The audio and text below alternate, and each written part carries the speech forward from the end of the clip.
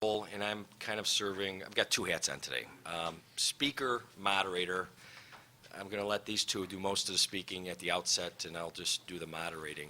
I thought of this program because I thought this is very different. It's somewhat creative. You know, we as trial lawyers, I think, you know, many of us that try cases, we've got the easiest job. We have to convince 12 people at a given time. Not tough to do at times.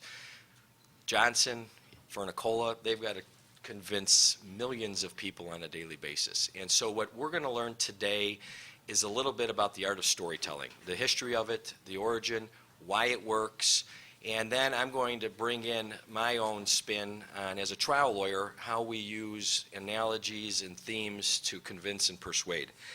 Our first speaker, I'm going to introduce both speakers, and then I'm going to have Jen come up. Our first speaker is Jen Fernicola. She's an outsider in the sense she's not from Chicago, but we're welcoming her with open arms. She went to Lehigh University, majored in accounting, went to Boston College Law School, and worked at a law firm in the financial services. She's worked for a number of big companies. She's come to Chicago and switched to journalism. She's written a book. She is doing reporting, freelance writing. I don't know if she's found herself. We're still searching. She writes a blog that is one of the first things I go to every morning for Chicago Now, and she's going to describe that, but it's seriously one of the first things that I go to see what's going on in the legal community. I think they're witty, they're entertaining, and I enjoy them. Let's see. This isn't going to go well. Good looking, bright, funny, a leader in the industry. Is it any wonder why Rob asked me to introduce him here this afternoon? Rob Johnson is a star in Chicago. He truly is. He went to, I think it was 2006, and he'll correct me, he went to CBS. He's the news anchor, and they are on fire right now. Rob's won 5 Emmys and countless other awards. He went to the wrong college. He went to a DePaul without the L, with the W, which I still don't get that. I think it's accredited. I told everybody it was DePaul. Yeah. I'm like, yeah, Blue Demon. But Rob's going to talk about how the media uses stories to convince its and persuade its viewers and to have them keep coming back. I think today's going to be fun. I'm hoping we go about an hour and a half and we open it up for some questions. I think you're going to be entertained by some of the stories. And by the way, are there people here that are not lawyers? Anybody here that's not a lawyer? Okay. Yeah. Exit quietly to your left. I'm just kidding. But without any further ado, I'd like Jen to come up. She's a star. She's great, and I think you guys are going to enjoy her. Jen Fernicola.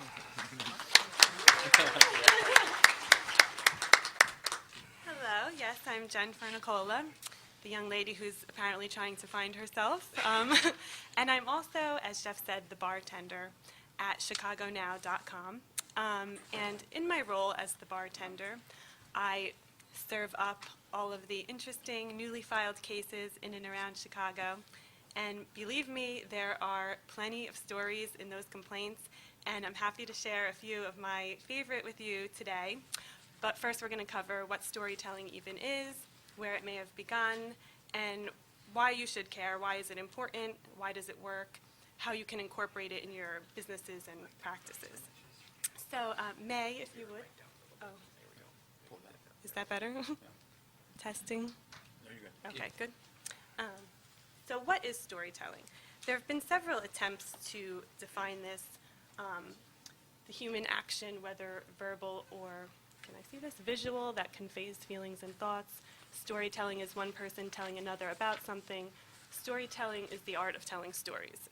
So I guess the answer to this question is the lawyer's favorite answer to every question. It depends. Or, May, if you would, as Justice Potter Stewart said in 1964 when trying to describe hardcore pornography, I know it when I see it, so I'm sure you know a good story when you see it, when you read it, when you hear it.